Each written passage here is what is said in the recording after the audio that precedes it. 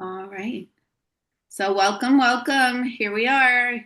You guys have taken the first step here. Maybe you've done other drawing classes, but this is your first step to becoming more skilled at drawing. And thank you for choosing me as your instructor to work with you on that. That means a lot to me, especially because I'm not somebody who maybe advertises too much about drawing, but I have been drawing my whole life, and so welcome.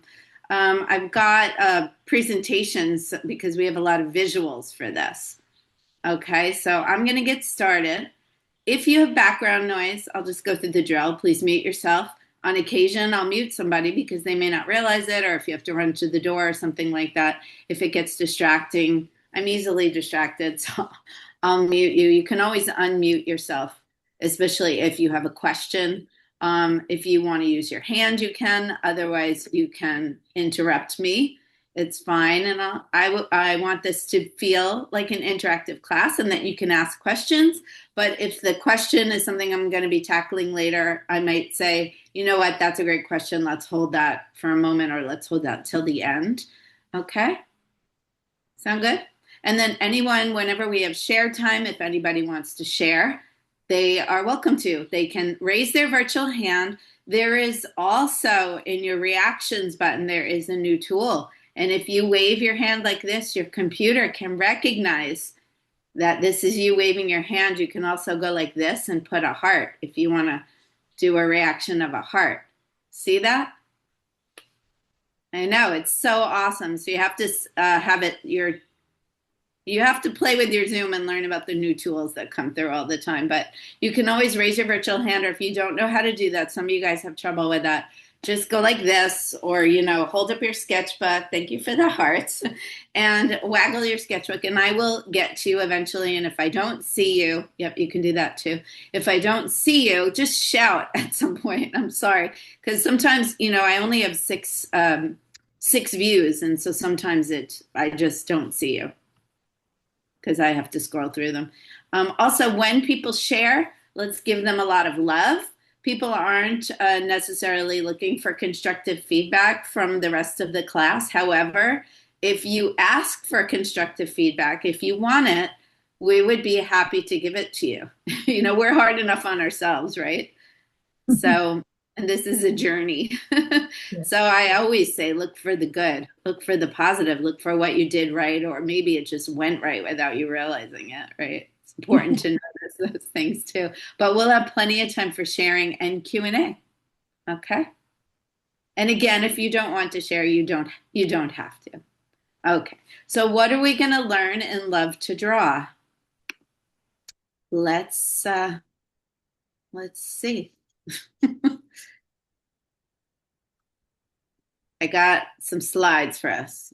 Um, so, yeah, we should do a little introduction to the course. Can everybody see my beautiful artwork, age 6? I've been drawing since I'm Ann. I've been drawing since I'm 6 years old, at least. My mom doesn't have anything saved from before then. We've moved a few times. But this is a plate that I still use for almost every breakfast. And that's me on the left, drawing with magic markers on a plastic plate that somebody had put in the dishwasher at some point. My whole life I've been drawing. And at some points in my life, which may come as a surprise to some of you, but at some points in my life, all I did was draw. I didn't paint or do any other kinds of artwork. It was purely drawing, pen, pencil, magic marker. But I've also taken detours throughout the years. And so I hope I'm qualified to teach the fundamentals of drawing. And I guess we'll find out throughout the course of this course. Why are you guys here? I'm really curious to hear. Are you here because you want to draw on your own? Draw on its own. You want to create beautiful drawings? Are you here because you want to learn about the fundamentals of drawing so that you can create better paintings? Or the infrastructure to your paintings? Or is there some other reason, perhaps? So I'm kind of curious to hear that. Is there anyone here who wants to create drawings for drawing's sake? For what? Or just for drawing. You don't plan on, layering it over with any kind of paint or collage or anything like that. You just want the drawing to stand alone. Yeah, I see a couple hands. Okay. Yeah. To do both. I'd like to, I'd like to have the skill to be able to do both. Yes. Yeah, this class will help you with both for sure. We will learn how to create drawings for studies, for paintings, for under drawings for paintings, and also as standalone drawings for sure. And when I say paintings, it may also be sculptures or collages or other things too. Yeah. So I'm glad you're here. What we're going to do, we'll go back to that. What we're going to do is we're going to have a lot of lessons that build on each other. And I will send out a syllabus tonight so that you guys have that. The lessons will build on each other in terms of skill, and there'll be a lot of homework as well. So the more you put into it, the more classes you come to and watch on the video if you miss or rewatch, and the more homework that you can accomplish, I feel like the more you'll get out of this class. I mean, that almost goes without saying. But if you do miss the class, or you do, like maybe some people prefer just to watch on this one, and then you can then go ahead and follow along on the recording, pausing at your leisure, and rewinding and so forth. Jerry? I just have a question. I, I can't draw. You as well know that. You've been trying to teach me for 5 years. Do you think someone who doesn't draw very well can learn how to draw? I mean, Oh, yeah. or is it just a natural talent that That's comes why to she's people? having the class. Sorry? Absolutely. Nope, you're right. Anyone can learn how to draw. Anyone. Okay. I'm Okay. going to talk about that too. I'm really glad you asked me that. So, our first two lessons, we're going to start with line drawing. And then we're not going to worry a lot about shading or anything. So, we're going to be doing line. Our next lesson will build on shapes. Some of you guys, and Jerry, I think you've done this too, where you've taken in the past a workshop that I did that is available on my YouTube channel called Shape and Line, because some people prefer or see objects and subjects in line, and other people are more likely to recognize shape and be able to translate it that way. So we're going to start with line and shape, but I truly, truly believe, and I'll tell you that I'm going to jump ahead. I truly believe that there's a myth of drawing skill or art skill in general, and that people are born with talent and other people are not. Other people lack that talent. I don't really believe that that's true. I don't think drawing has any kind of magic to it. I think it's like anything else you can learn. You may be born with a little bit of an edge, an artistic edge, but if you don't develop that, you're only going to get so far. So somebody who learns and continues to learn and practice will surpass the person who was born with natural talent, who only, relied on their talent and never practiced or took classes. I mean, I could give you a lot of examples of that, but I don't want to call anyone out. But I truly believe that. So you're already on your journey just by being here today. I mean, I don't think anyone would say at age 6 that an artistic genius here, you know. But I've taken so many classes and I've just drawn my whole life, and that's why I can draw just about anything that I want to. So yeah, that is a valid question, Jerry, because I know a lot of people just don't feel like they have it. And maybe you've drawn and drawn in the past and you've practiced, but you haven't seen a great improvement in your skills. But taking drawing classes is different than just maybe taking my watercolor classes and doing a bit of drawing underneath it. I think you'll see a big difference. Okay, all of you. So let's talk real quickly about what supplies you'll need for this lesson and then for future lessons. I've sent out a supplies list, and there are supplies that are sort of required. That would be hard to get through this class without, and then there are supplies that are optional. Okay, so for this lesson, you're going to need some paper.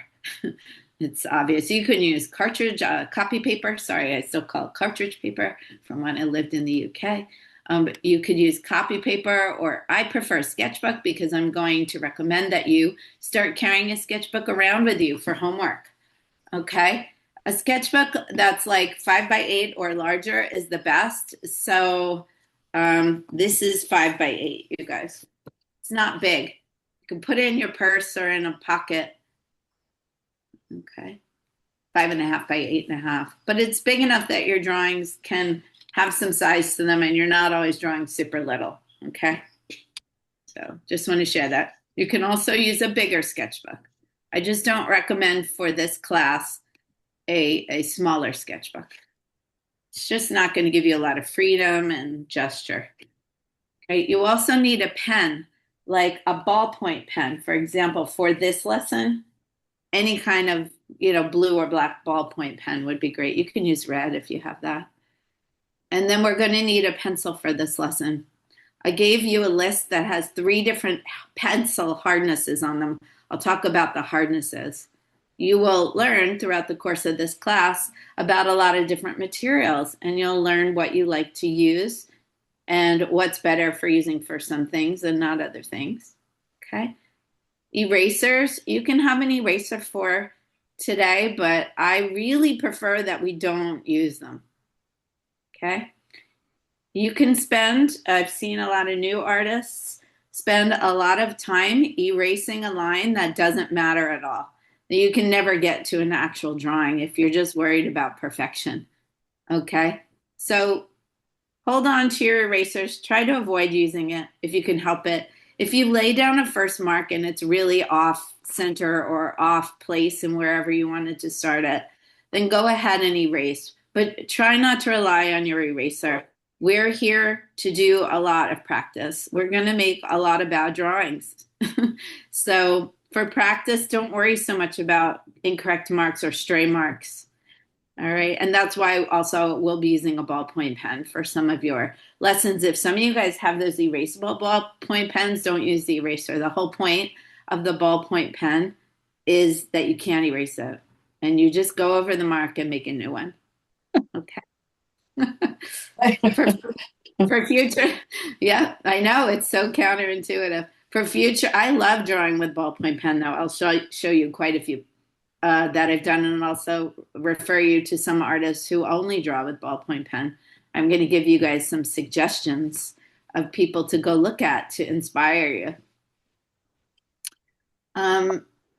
I follow a lot of artists on Instagram and YouTube. And they're not all watercolor artists, believe it or not. I follow a lot of artists. So if you guys are able to try to follow some of these artists that I recommend to you, you're going to start seeing not only finished products of drawing, but also works in progress, which I think are so interesting and helpful to look at. And you'll also see some of these artists show videos. And so you get to actually watch them draw. And it's fascinating and very informative to see how different artists interpret different things and how they use the materials. Okay, so I'll be giving you some suggestions. Take a deep breath, everybody. Okay. Also, for future lessons, there's a full list, and we'll be kind of layering them in. So I'm not going to go through all the materials right now, but if you have questions, ask me. I'll go through them as we use them. I don't want to spend a whole lot of time on something we're not using until lesson 5. Okay. There's also optional materials like watercolors, which I think mostly everybody here has. So we'll do in our line and wash session, it'll be nice to have at least 1 tube of watercolor. But if you want to bring your full set of watercolor when we get to using line and wash, then you're welcome to. Also, if you have alcohol inks or real India inks and that kind of thing, that'll be great. Also, don't be afraid to try some new materials. You could use what you like or what I recommend, but also experiment. If you have a favorite material that's not called for the day or for the homework, try it out and see how it goes. My goal in giving you different tools is not to limit you. It's to expose you to things that some of you may not utilize. So I definitely want you to try things. You can really use anything to draw, almost anything that makes a mark, right? Okay, so for today, some paper, a pen, a ballpoint pen is nice, a pencil with or without an eraser. Okay, that's all we need for today. Okay, so let's talk about drawing. So, drawing starts with learning how to see, it starts with observation, and the follow through to observation is practice. Because if you look and look and look and you don't train your hands and arms to put what you're seeing down on paper, then that doesn't mean a whole lot. Um, it would be like watching a lot of concerts or orchestras and not picking up your instrument. So, learning how to see and then practicing trying to copy what we see or trying to interpret what we see. And copying isn't always the goal. Observation is a skill. For years, we're brought up and we're told this is how you draw a tree, or this is what a house looks like. And they're really like symbols of items and they're very simplified, but it's not necessarily what's actually there. So I want you guys to focus on looking, first of all, and not producing. Don't think about, at least in the beginning of this class, I want you guys not to expect to come out of this with beautiful drawings, okay? I can't impress that upon you enough. That's not what this is for. So I want you guys to learn how to see and not think about creating a beautiful drawing that you can put on your social media or show to somebody. It's going to be a lot of ugly stuff and incomplete stuff that we do as we start out. I promise that will improve or change as we go along. I want you guys to reject the idea of what you think you are seeing and look for what's actually there. And this course is going to help you. I'm going to help you understand how to do that along the way. Okay? Looking for what is actually there, not what you think is there. And who knows the trick to this? For the most part, the biggest trick is look harder. Look harder. The more you sit and look at something, the more you're going to notice about it. And that edge that you thought was parallel, or that line that you thought was straight, or that shadow that you thought would be at the very bottom, you'll start noticing they're not there. That's not there. You thought it was there, but that's not what you're actually seeing. So observation is a skill. That's why I want us to be carrying around our sketchbooks, because anything that interests you or any free time that you have can be spent observing and trying to draw. All right? We talked about this already. Okay. So practice is learning with intention. Doing something over and over again and expecting a different result is the definition of insanity, right?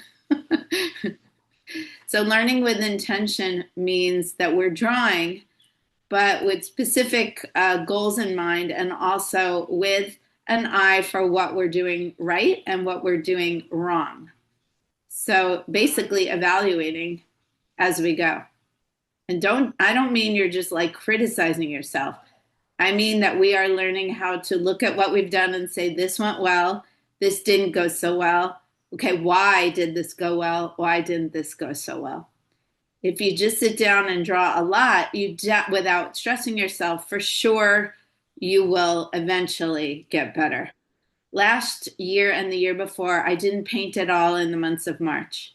And I love painting, but I said to myself, I feel like I've gotten away from drawing. And so 2 years ago, all I did was draw in the month of March. Oh, it was so hard not to put color on top of my drawings, But it really was so helpful that I did it again the next year, and I'll probably do it again this year. The exception was the happy hours. During the happy hours, I let myself paint with you guys.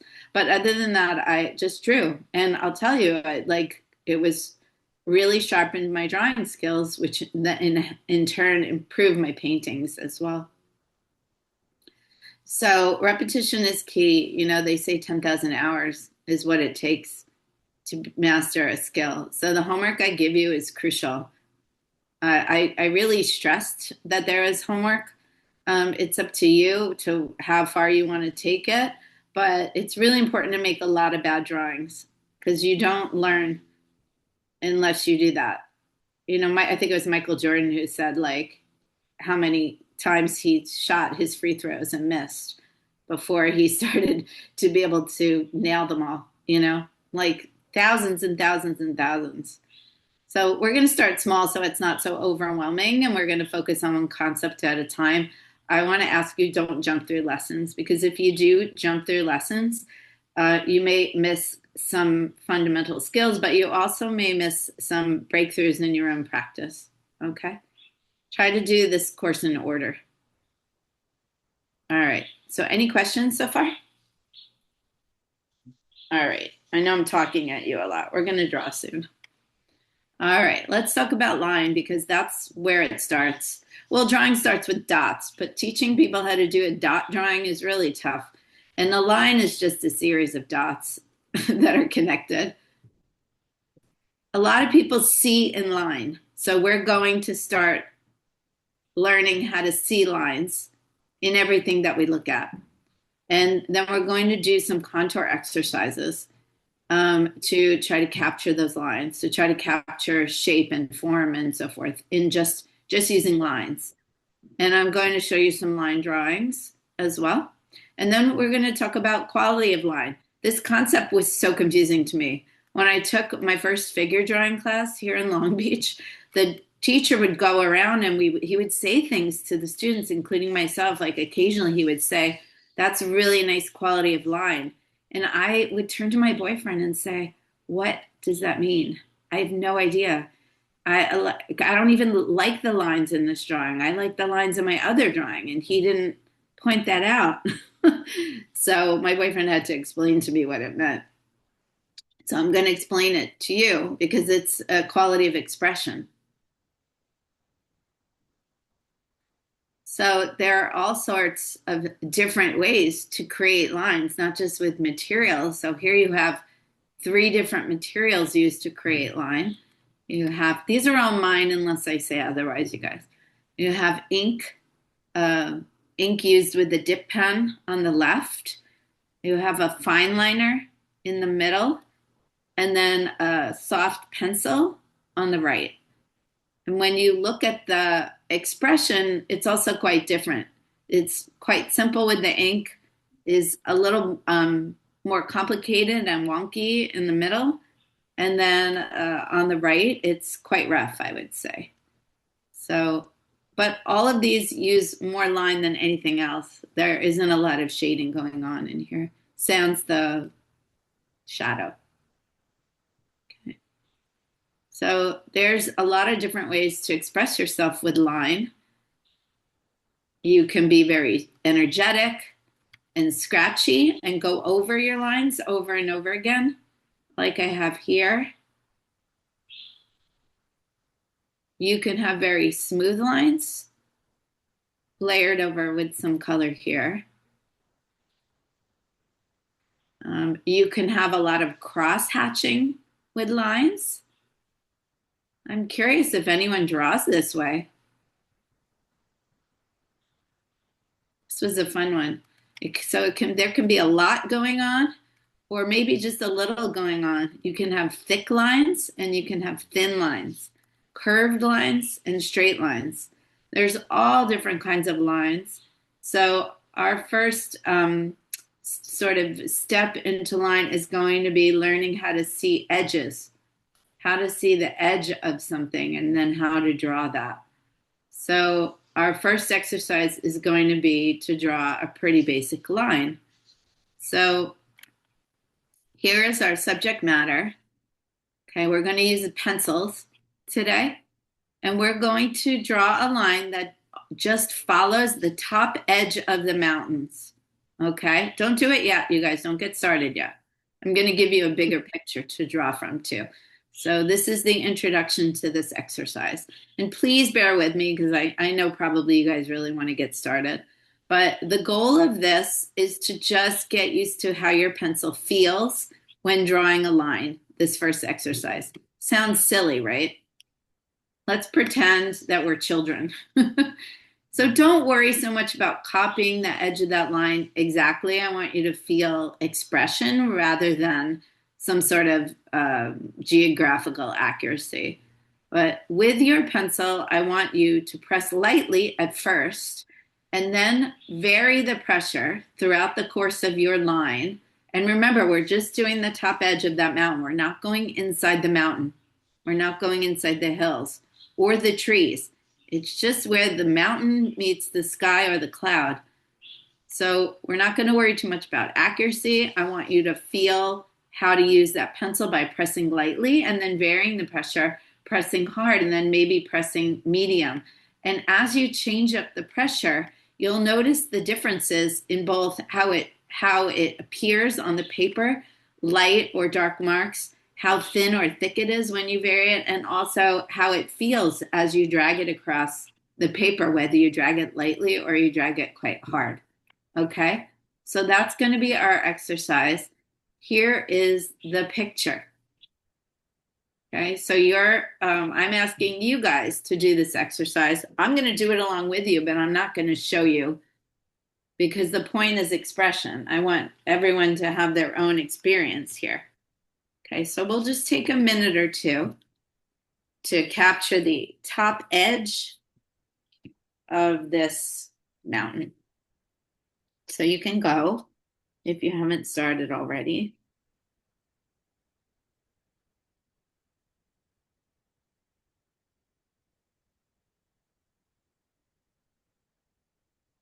Remember, start off lightly and then vary it.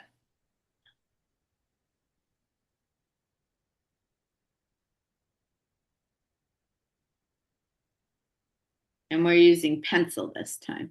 And if your paper isn't as long as this picture and you only get like halfway across, that's okay too. If you like, you can just draw underneath and continue the contour of that mountain underneath.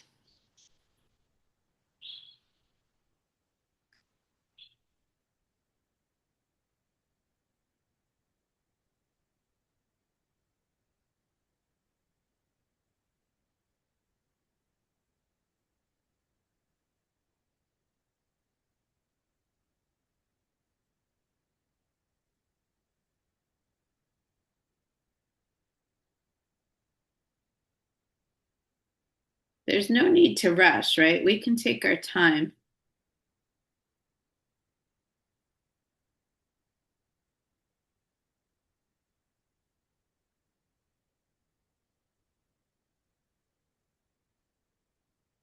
By the way, when was the last time that anyone just picked up a pencil, drew for no really good reason at all, and enjoyed the feeling of the pencil scratching on the paper? I promise how I'm going to teach you how to draw things accurately, but first we need to learn how to be expressive.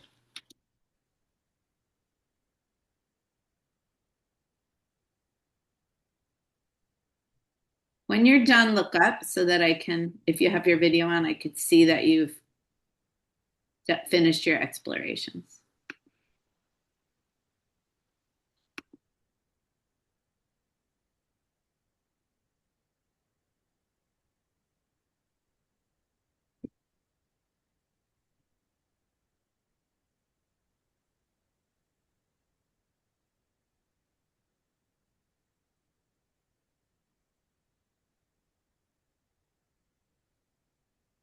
So take a look at your drawing and tell me, do you feel like were able to get thin and thick lines?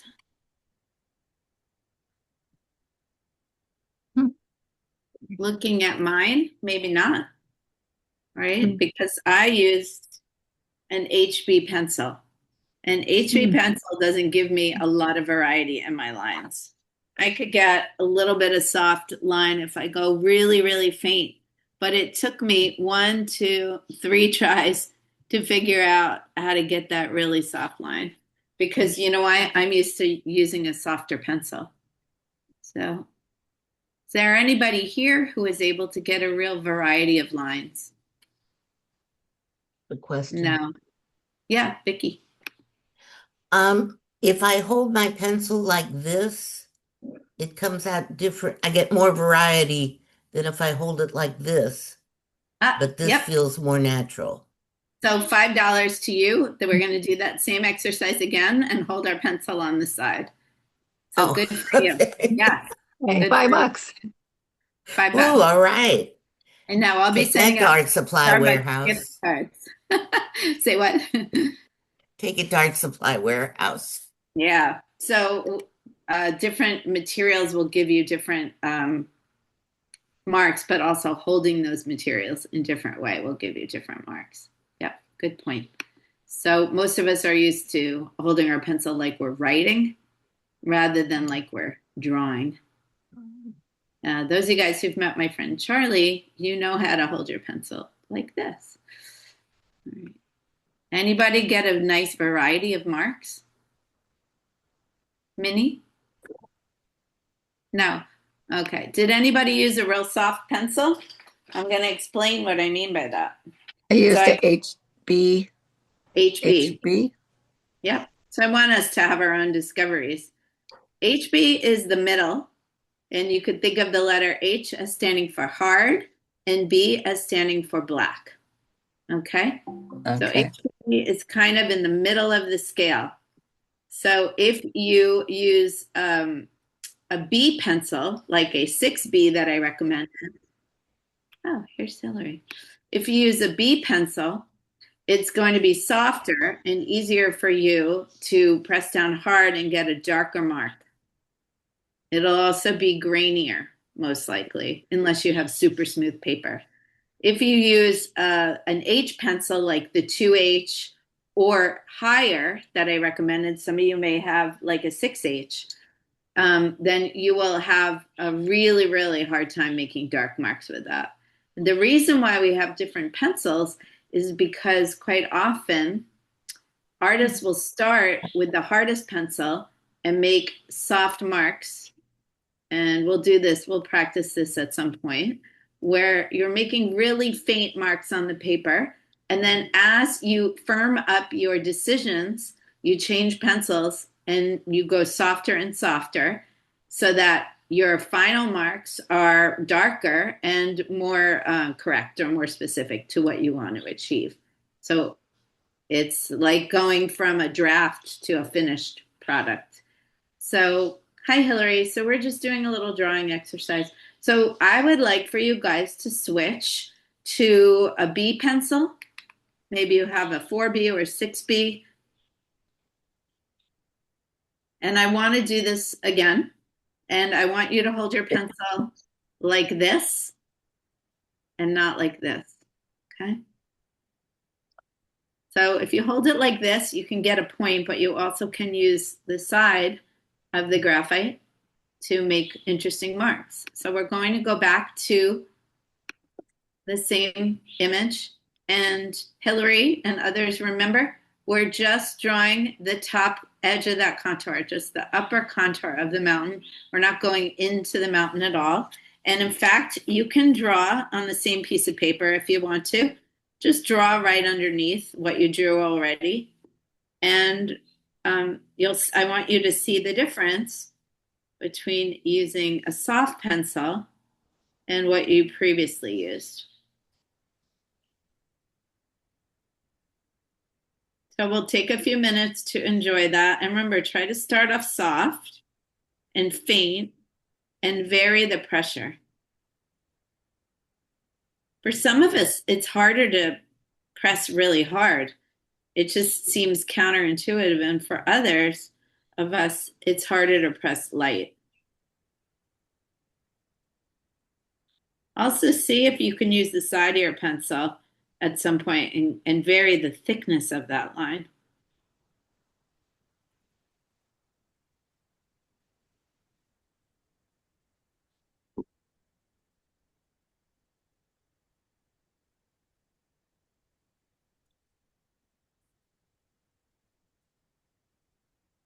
Noticing a difference?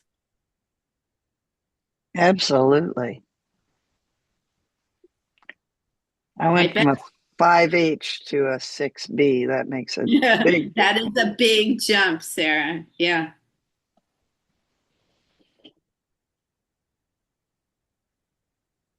The higher your numbers get, you're getting further away from the center. So you're getting, And then using the side of my pencil instead of like I'm writing a letter Mhm. made a difference. Yeah, you can press real thick when you are using the side without breaking the point of the pencil. But if you break the point of the pencil, no worries. I don't know if I included a pencil sharpener in my materials list. I was thinking about that Yeah. this morning. I'll show you the pencil sharpener I use. So again, when you're done, I want you to look up so that I know everyone is finished. And when I say finished, I mean your own satisfaction. You can draw as much of this or as little of this contour as you like.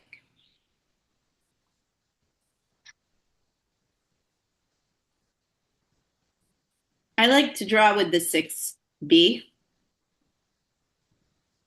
a lot. That's why I shared the 6B with you. But you may want to go up even higher and use a softer one and see the difference.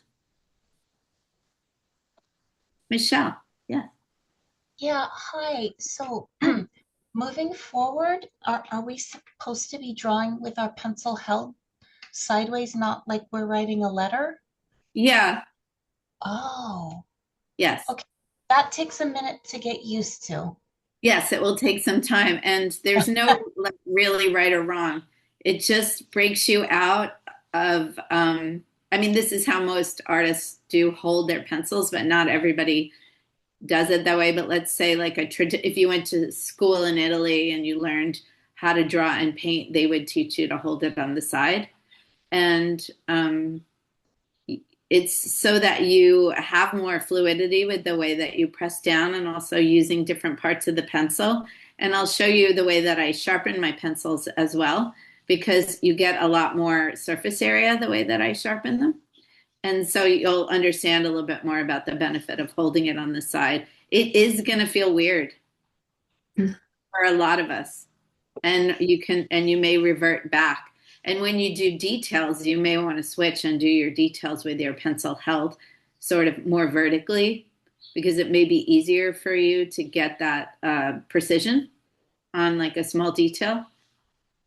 But for gestures, it's also, I'm going to stop the share. When we get to gesture drawing, it's a lot easier to make your marks this way. And this is how we'll be holding our charcoal as well. You can't hold charcoal this way, it'll really break. But when you do a gesture like this, you can use the side of the pencil. It's very hard to do a gesture like this. Just try it. It's weird, it doesn't work. So to get a lot of freedom and movement, it's very helpful to hold the pencil this way. Yeah, good point. So I'm going to share mine with you, and then I'd love to see some of yours. So I just drew mine right underneath the other ones, and I got so much more variety in my line, like the thinness here and then the thickness here. And I held it on the side here as well, and even changing from thick to thin and then back again. Oh, my light is being kind of weird. I just felt like it was so much easier not only to get a dark mark, but to get like almost like juicier marks and to vary the expression as well. Love to hear from anybody who wants to share. Yeah, Barbara. You know, when I was sketching the edge, I wasn't looking at my paper. I was just sketching along and kind of, is that the right way to do it? Should I have been looking? Is there no right way or wrong way? I didn't want to put that parameter. It's a good question. I didn't want to put that parameter on us for this exercise because it's hard enough for us to draw something when we're looking up and down. So for this exercise, it didn't matter. But in our next exercises, I will call them either blind or sighted. Okay. Yes, good question. Thank you. Jerry? Oh, Jerry wants to share. I'm going to spotlight you. Oh, nice, Jerry. Wow. That's just the top one was what the first pencil and the Yeah, bottom one was the second. But the first one I went over it a couple of times because I couldn't get it to look right. I can see that. Using That's the super pencil, cool. using the pencil the wrong way. So, Yeah, that's okay. I mean, there's a reason why we did it that way and then did Yeah. it the other way first. We'll be doing a lot of explorations and different things. So, do you feel like it was comfortable for you to use it the second way? a little uncomfortable. It's you have to. Yeah, it's a little uncomfortable, but I did it. I was trying to do it, so and I figure you could get used to it if you want to create a picture. So, Yeah. So quite often discomfort is part of growth, right? yeah. If we're comfortable, we're probably doing things the same way. I don't want a lot of discomfort in this class because can be scary and be discouraging, but a little bit is usually required. I like to kind of work on the edge. Thanks for sharing that with us. Is there anybody else who want to share?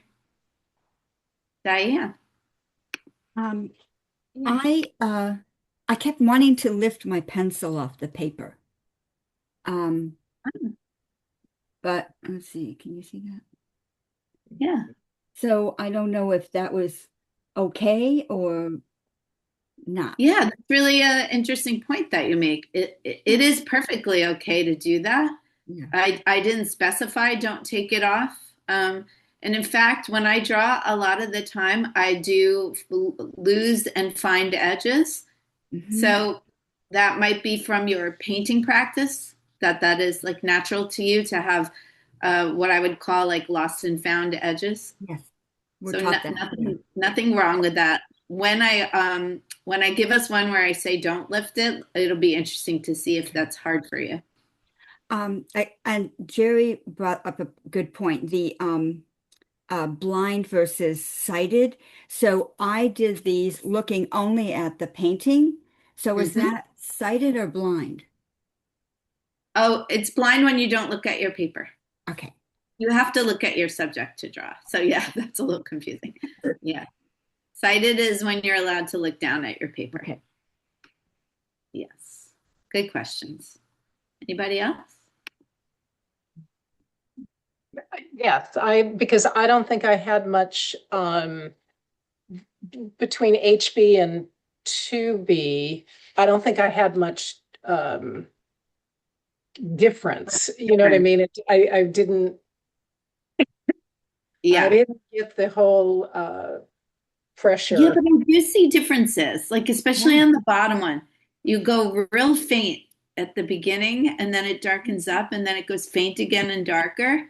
So I do see some differences in the pressure. Yeah. Do you have a 6B at home? Yeah, I'm using the lower one was the 6B, the top was the HB. Oh yeah, HB, you're not going to get that difference. Yep. Yes. I think that the muscle memory with what it would really be helpful, can you hold it up again, how you actually hold it? Yes, I can. The muscle memory of that, for me anyway, is like, oh, wow, that's new. So I hold it like this. And sometimes I hold it closer up and sometimes I hold it further away. So the difference is like this, where you're really gripping. When you go like this, feel how you grip your pencil. Most of us do not have a loose grip when we write this way, and some of us are tighter than others, like really like where your hand cramps. But when you hold it this way, it's a lot easier to be loose. Think about like chopsticks almost, right? Okay. So I want to show you, Dolores, yes. Oh, I wanted to say I felt I had better control with it in the new way to hold it. Oh, nice, because you've got your finger right down at the point. And I think, yeah. So you can do that. You can change where you're holding it. So if you're holding it here in the middle, like this, or if you're holding it down here like Dolores was. Dolores, try to also vary it and hold your pencil in the middle here. Okay, I'll try that. Okay. Yes, Barbara. At first, I started to do it the new way, and I looked down and there was nothing on my paper. So I had to start over again. And then How funny. I don't know what happened, but I guess I wasn't pushing hard enough. You didn't know where your pencil was. You Right, didn't know right. Anyway, where it ended. That's great. That's Yeah. funny. Yeah, that's funny. Yeah. And honestly, it also looks like everybody was able to, if not faithfully copy every peak. You guys got a sense of like I didn't see anybody's who had like really extremely large and small peaks. Nobody really exaggerated, or it looks like people were able to fairly faithfully express what we were seeing. So that's wonderful. Because sometimes when you don't put pressure on yourself, it's easier. I want to show you, I have had in the past, somebody got me this recently and I love it. So I've had more traditional pencil sharpeners in the past. I love this one, which is from the Met. My friend brought it back for me the last time she visited. And you could see the size pencil that I work with the most often because it's quite dirty. But the nice thing about this pencil sharpener is it gives me a really nice chiseled kind of pointy piece of graphite. So the difference being, look at the difference of the amount of graphite that I have showing. So when I start shading and we start doing that, it's also easier when you have your point like this. So some people use a knife. They just use a little pocket knife, and that's how they sharpen their pencil and get more graphite out of it. Most of our traditional pencil sharpeners will only give you like that much or a little bit more, like that, or I've been using this one, like this or this. But look how much more I have here. yeah. And Yeah. I also learned to sharpen it on the edge of a piece of sandpaper. Oh yeah, that's great. Thank you. I forgot about that. I forgot about that too till right now. I used to do that in my class. I was taught in my drawing class. So you take a pretty rough grade sandpaper, right, Kara? That's what you use? Or I is believe it? so, yeah. I couldn't remember, Yeah. but I can look, I'm sure I can find it online. So I've used a rough grain, and you're right. You can really get away the wood and sharpen out the graphite really nicely. Yeah, thanks for that. Thanks for reminding me. Maybe I'll bring that for the next lesson. Okay, let's see. Any other questions or comments? Feels good to just draw, doesn't it? Just draw a little Yes. bit. Okay. This is our low pressure drawing too. So let's see. Okay, so some of the things you can do to help your line be more descriptive or interesting. When we say interesting, you could just sort of vary these things to wherever you want to make it interesting, but descriptive is implying that you're using the line to help describe what you're seeing. So not just to make your drawing more interesting, but to add weight to it, for example, or add lightness to it, or make the eye go somewhere, or help actually describe the surface. So for example, we just talked about changing the weight from thin to thick using pressure. So if you were drawing a baby's blanket, a light piece of gauze, or a light scarf, or eyelashes on a baby, you may want the descriptive line to be thin, right? To imply an airiness. If you were describing a heavy blanket, or somebody who had a lot of mascara on their eyelashes, as conversely, you may want to use more pressure to get a thick line, because that thick line will be more descriptive. So that's what it means when we say line as a descriptive tool.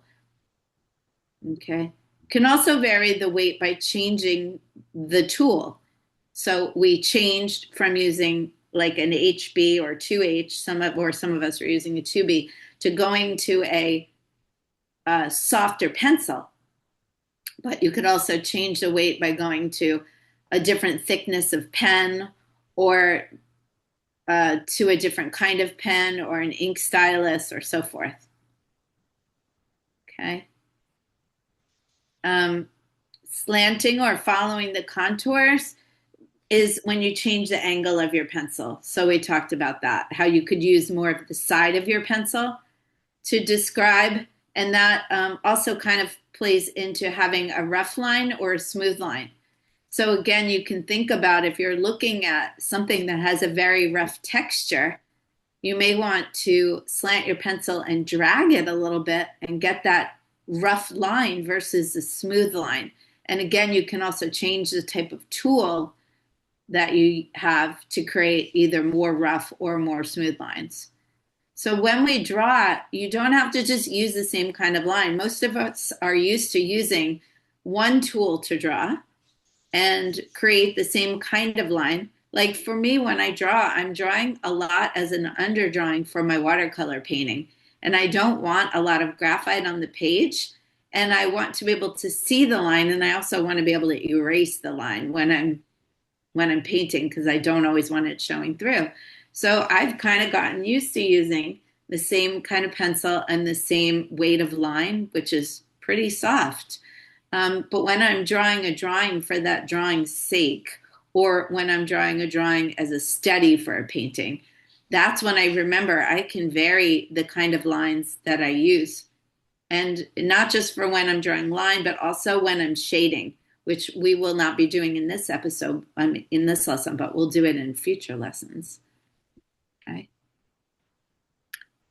So here's an example of a rough line, right? It's quite rough. Just by the nature of being like scratchy, I would say.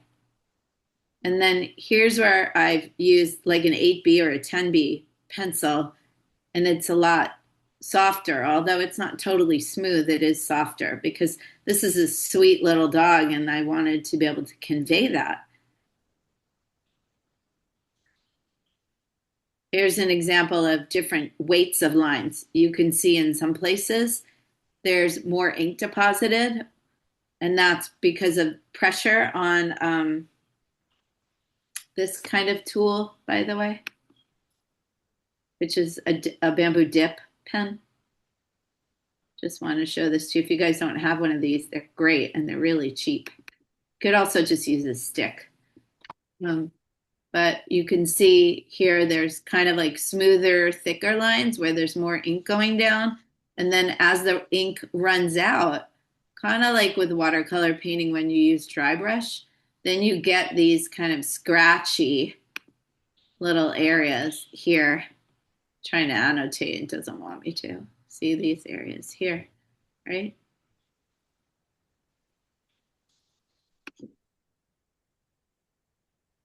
And they're help to bring visual interest to a drawing, but also help to describe what you're seeing. Smaller branches versus bigger branches. And then the same in the one on the right, where you've got like a lot of like, I would call like the main cracks in the rock or fissures that are thicker, and then some thinner and rougher lines that are describing more of the texture of the rock. I want to show you a couple more examples because these examples are meant to illustrate, but also I want to inspire you a little bit. This little pomegranate, I wish I had a better photo of it. I think I sent it as a card to somebody. But here you've got a combination of smoother and rougher lines, both in the ink and in the pencil. And then again here in this dip pen drawing. And then here is I think a pretty good example of varying the pressure on the pencil. Thin lines where I sort of started sketching the shapes, and then as I firmed up that the shapes were the correct shapes, I added more pressure to get thicker lines and darker lines, and then I also added detail of leaves over. So you can use the different pressure as well as using different hardnesses of pencils. You can use the pressure to start your drawing off as sort of vague, and then as you get closer to knowing, okay, this is the shape or this is the proportions that I want, then you can start using a firmer grip, firmer pressure as well. Okay. So review. So we just did some basics online, and what we're going to do, and I know that like this hasn't taught you how to draw anything specifically yet, but the first thing that we need to do when we try to master something is we need to have some level of mastery over materials. And so, you know, I find that different materials work for different subjects and different kinds of expressions. So rather than do an intro to materials all at once, we're going to introduce different materials along the way. But you can't really, it's just like you can't master watercolor without understanding your brushes and your paper. I feel like you definitely need to understand a little bit about your pencils and other materials before you can really dig into drawing. And also, it's a little bit more fun. So, also, I want to talk about the paper a little bit. So, did you guys find when you were drawing that the paper that you chose was smooth or had a bit of drag to it or had a lot of drag to it? Smooth? Mine was a little had a little drag to it. And did you like, yeah, did you like that drag, Sarah? I don't know. I've got my walk around drawing paper is very smooth, and the other one is not. So it'll be interesting. I'm going to try both when I do my homework. Yes, exactly. So you said it for me. Try it all. If you have more than one kind of paper, or even like take some copy paper or draw on receipts or draw on, stray scraps of paper, envelopes and things like that. You'll find that some certain kinds of paper are more suited to certain drawing instruments. For example, when drawing with a soft pencil, I really like paper that has a little bit of drag to it. It has a little bit of roughness on the texture. I find that when drawing with a soft graphite pencil on a smooth paper, it just smears.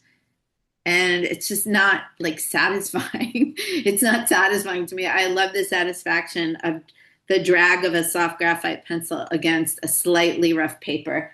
And even from one to the next, like my sketchbooks aren't hugely different, but there's a little bit of difference to each one of them. Yeah, Hillary? You're muted.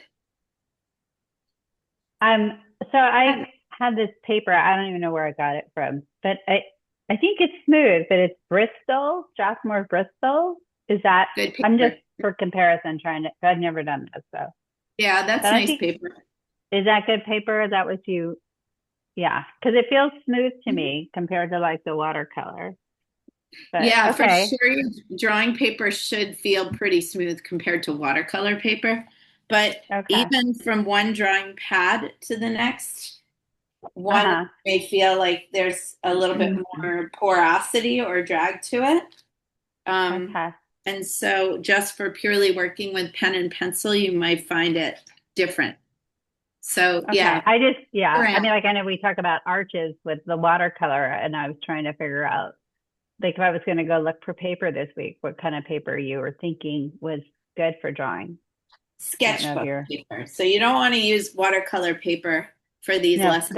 You want something that says drawing or sketch. Now, if you happen to have something at home that says mixed media, that's okay too.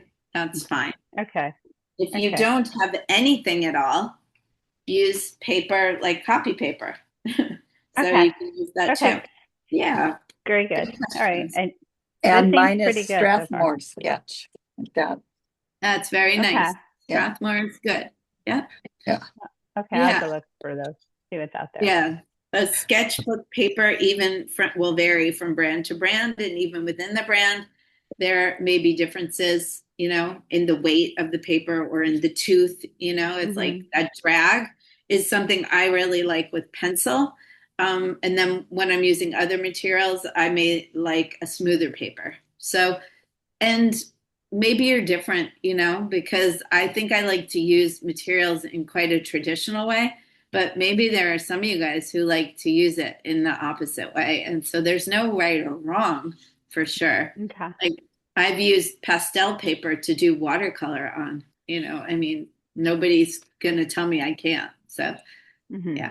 Okay. All right. I was just curious because I don't even know. This might have been, I don't know where I got it. It just was in my Yeah. art closet. So thanks. Yeah, for sure. Good questions. Yeah, so let's do some more drawing, shall we? All right. All right. And You guys, somehow I got on the main screen. what do you mean the main screen? I don't know. I just see me. I don't see you Oh. anymore. Okay, so you can go to the box that says view, and you want to change it to say, you must be on self view. You have to change it Oh. to say speaker view. It says speaker view. It Shit. says speaker view, and you're not seeing me Yeah. right now. You're not seeing me talk. I'm seeing me talk. Okay, that's really odd. Should change it to multi-view. Maybe it's just stuck or something. Let's see if you can see my PowerPoint. Are you seeing that, or are you seeing yourself, Vicki? I see the PowerPoint, but Okay. I don't see me in the little boxes either. Don't know. I don't know what I did. God knows. We'll work on that. Don't worry too much. Okay. Okay, so we're focusing on drawing just the outer contour. Now we're going to practice going inside an object as well. So you can see here, like from this picture, how I've used line not just to describe the outer edge of this gourd. In case no one knew it was a gourd, I guess I wrote the word gourd on it. But I've also used my line to travel. You froze. I'm frozen. No. Now you're unfrozen. Can you hear me talk? Yes. Okay. I'm not frozen. I'm only just showing one screen, I think. So, and Vicki, if it keeps happening, exit out and come back in again. I'll let you back in, and maybe that will fix everything for you. Okay. Sorry for the interruption. That's okay. No worries. So I've used my line here to describe some of both of the form or the shape inside of the gourd, but also some of the texture and some of the like interesting details of this. It is like a Halloween gourd, I believe. Okay, we'll let Vicki back in again. Okay, so that's what we're going to do right now. So there are contour lines define edges or boundaries, and you can have outer contour lines and you can have inner contour lines. When drawing, outlines on their own are not going to give you a complete picture, especially if you want to create a realistic drawing. You need to add some sort of value or shading to create mass. Otherwise, you can only create two-dimensional objects. So drawing is already bizarre because we're basically looking at a three-dimensional object or scene, and then we're using 2 dimensions to try to give the illusion of 3 dimensions on paper, right? There's no third dimension in our drawing. We just have to pretend we have to create it. And so you need value to do that, but we can also sort of cheat it and use inner contour lines to kind of cheat that idea of realism. So when you're looking at this, in case that doesn't make sense to you, when you're looking at this picture on the left of the hands, do they, to you, look slightly, a lot, or not at all three-dimensional? I think they look three-dimensional. You do. And what gives you that feeling? Do you think? Looks like one hand is just by, well, yeah, I don't know what's giving me that feeling. But okay. Well, I'll tell you. I think that for me, they look slightly three-dimensional. And I think it's for a couple of reasons, the variety of the thinness and the thickness of the line. So the thickness of the line gives you some shading to a degree. Also, the contours that are inside, like the knuckles, they give the idea of that hand is curving. And then the leather thongs that are wrapped around the hands, they curve around the shape of the hand. So I think without those, it would look a lot flatter, right? So we're sort of tricking without using any real shading, we're tricking just with contour lines into making it look three-dimensional. So the contour lines have to follow the form, but you can also use them to a degree, especially if you make them quite thick. You can use them to sort of give the illusion that there's some shading in there. So do you guys see that? You don't necessarily need to shade. There are a lot of artists who really like never shade with traditional shading techniques. But I think that the foreshortening of the thumb on the hand on the left side also gives helps to give a perspective that it's 3D. yeah, great point, Christine. Thank you. I forgot to mention that. That is such a great point. Yeah, that thumb coming right at you. Also, the double lines between the fingers, to me, indicates space. Oh, yes. Good point, Diane. Thank you. Yeah, so we can go pretty far with just line and contour line and not like doing any kind of value, but we're going to do value in future lessons, just so you guys know. We're just going to learn how to do it without first. Okay. So thank you that was good insights. Exterior contour lines, like we just did with the mountaintop, they define the outline of the object, or for the shape, the boundaries of that shape, just like here in red. Cross contour lines are going to flow over the object. I use the metaphor of a topographical map, right? Where they follow the form and create the illusion of there being form. So like these lines on this apple or pumpkin, and then like the contour, there's sort of like half contour lines that are going across the arch here, which is from Moab. So you're getting the flow of them going across the shape, and you'll notice they're not straight lines. So we're sort of following the form by adding curves and bends to them. Do you guys understand that? Mm-hmm. Okay, so that would be going across from the outline to the other outline, the other side of that outline. Then you have what we call internal contour lines, which don't necessarily describe the shape itself and the form of the overall shape, but they describe the interior of the object.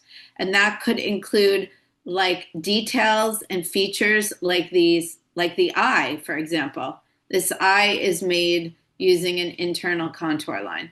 And then those bumpy red ones that are highlighted, the bumps that are highlighted in red can describe the texture of a frog or a toad's texture in their skin. You can also utilize internal contour line to describe changes in a plane inside. So for example, in a fur, if you're drawing an animal and there's a muscle or a bone underneath, you can sort of help to describe that change in plane that you get when you have a muscle moving or a bone inside of underneath the flesh. And so you can use those internal contour lines. They don't have to connect to the external or the outline, but they all work together to sort of give your shape more form and more interest than just a simple outline will. And again, it can just be lines. We don't need color. We don't need shading. You can do all of this just with lines. So we're going to work on that now. That's going to be our next exercise for the next, we'll do a few for the next few minutes. So this one is called a blind contour. So I think it was Hillary who brought this up before. In a blind contour, you are not going to be looking down at your paper. You're only going to be looking at your subject. And don't start drawing yet because you don't know what we're drawing, right? You might not know. So this time we're going to use a pen. Okay. So ballpoint pen, everybody? Everybody have one? I just lost somebody. Maybe they'll come back in. Okay. So I want you guys to use a ballpoint pen. I want you to choose a starting point, any starting point, and place your pen down on the paper. So you can look at your paper to put your pen down. Okay. So if you choose the top of a subject, look at your paper and look where the top of your paper will be, and then you can put your pen down like the first point on it. Then I don't want you to look down at the paper again. I want you to look at your object, and I want you to follow the contours of that object in and out with your eyes. It's really interesting. It's not easy. And don't worry, your scale and your proportion may be really off. That's not the point, because the more that you do it, the better you get at it, and you're going to have homework with this. So the way that some people describe this exercise is like pretend that your eye is connected to your hand holding your pen, and you're a little ant that's crawling along the contours. So your eyes are ants and you are just crawling along. Don't try to go too fast, you guys. Take your time on this one and feel your brain connecting to your hand and your pen. Okay. Try not to lift the pen. Do you hold the pen like you're writing, or a as you regular just writing talked? instrument? Yes, good, Ginger. You can hold it like a regular writing instrument. Most ballpoints work best that way. Yeah. Do you want Don't just lift the the pen up?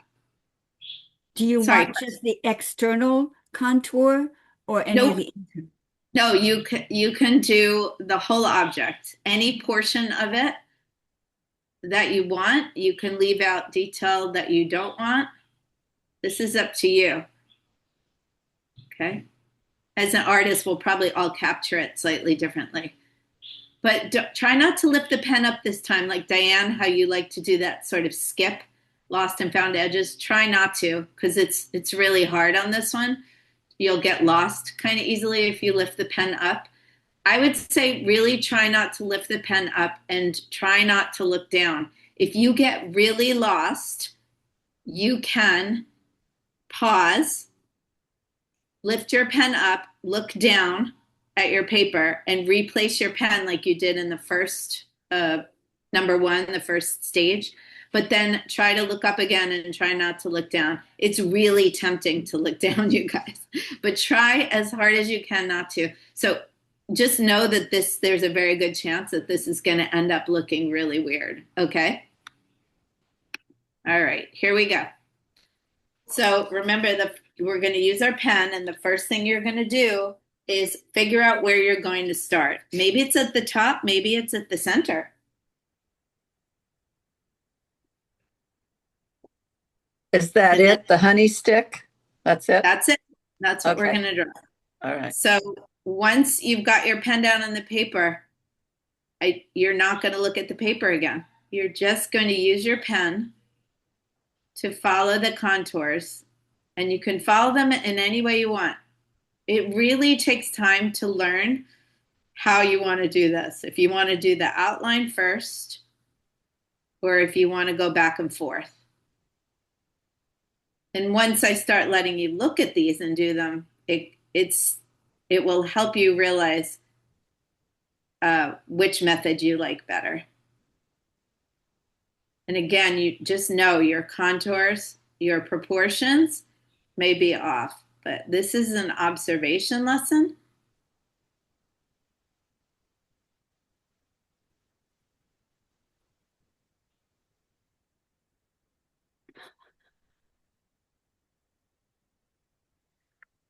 The point is we usually can get also a very interesting gesture from doing this exercise. You know, a lot of the time when we draw, just like when we paint, the goal is not to make an accurate representation. The goal is to express yourself.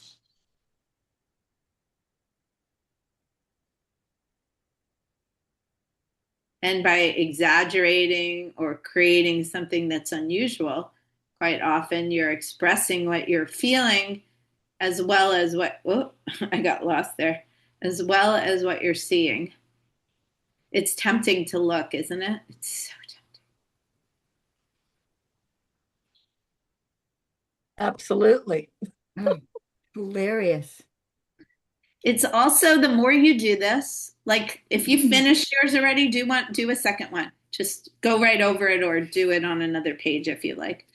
But what I think is interesting is what was I going to say? I just forgot. I'm sorry. Yeah, do it again because I think that what we find is we may end up doing it differently a second time. So if you just did the outline the first time, you may have decided that going to the interior of the shape was going to be impossible. Like, how am I going to get back in there and draw the shape of the honey dipper and get those lines? I might be way off. I might be drawing them on the stick instead of on the body of the dripper, right? So you may decide when you do a contour that you simplify things. Simplification is a huge lesson in drawing. It's hard to get overly complicated on this, especially the first time. The first couple times. It's so much fun. It is fun. And it's hilarious when you look at the end. When you look, yeah, you're like, would you know what it was if you didn't know? I don't think I would, but I think if I saw this in like an art museum or a friend's notebook, I would be fascinated. I would be like, what is it that you were doing there? The point is also to take your time, because the more you do this and the more slowly you go, you do sort of learn about like how long it takes for your pen to travel a certain distance. You get sort of a muscle memory on it. Not saying that you'll ever be able to do a quote unquote accurate drawing this way, especially if you're traveling like around the outside. That makes it so hard. But if you've only done the outline, I want you to try to do one where you do interior contours. I want you to try, rather than going outlining, I want you to try going like back and forth a little bit. And go over lines, or try to go over at least the spot that you think you were in, See if you can capture the drip or the reflection of that drip by going over things. Because you can go over. Nobody said you couldn't like overlap your lines, right? And see what happens when you do that. Quite interesting things happen. Also, by doing this, your powers of observation really increase. This is such a great exercise for observation, because when you went to draw this, you might not have noticed all the little teeny tiny details, or the shape, exact shape of the curves, for example, or where the highlights are and so forth. Our brain likes simplicity. Our brain strives for simplicity, not complication, believe it or not. So when you look at this, you see honey dripper, and then you may see wood, or you may see a shape, but your brain has seconds to decipher what it sees. It's like a survival skill. So from when we were cavemen, cave women. And so your brain doesn't look at things and see all the nuances in them. It's much easier for it to look at something and say XYZ, danger, not danger, food, not food, friend or foe. And so the more that time that you take drawing something without worrying about what your drawing looks like, that's the whole point of not looking at the paper. We are not worrying about what we put down, what it looks like. We're just observing. The more that you actually learn how to see things as they are. So let's make this your last one. So I can see you guys all looking up as you're drawing, which is amazing. So I'm not going to know when you're finished because you're all already looking up this time. So I'm going to give us like a 1-minute warning.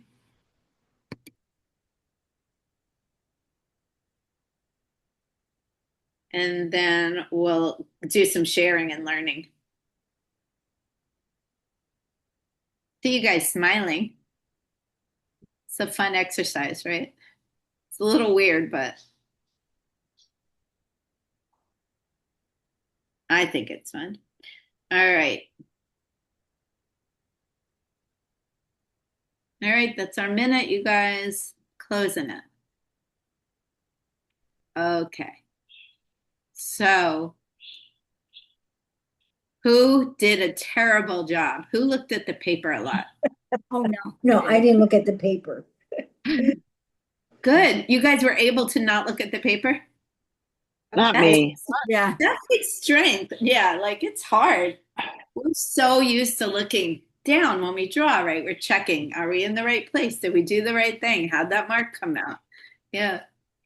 Okay. I thought it was Anybody- interesting. Excuse Yeah. me. That's okay. Go I ahead. thought it was interesting that, did you want to share? Yeah, please. Okay, I'll just share. But I thought that my first one came out the best, and my second and my third came out not as clear as the object really. So that was her. Wow. I would know what that Beat was. us all. Oh, yours looked It good. kind of came out almost aligned there. And then my second one, I was like, well, I'm really going to get this better. And this one is my second one, which the honey drip was like pregnant. Well, that was good And too. my third one was, I was trying to do a lot of the lines in the middle of all of the discs as I was going along. So I didn't come back to the right place to Yeah. align the sides. So it got like less and less good as I went along, I thought. That's interesting. So, Christine, you're really good at these already because you often draw like this. I've seen you work like this with your inks, you know? So they're all pretty, they're really nice and expressive and free.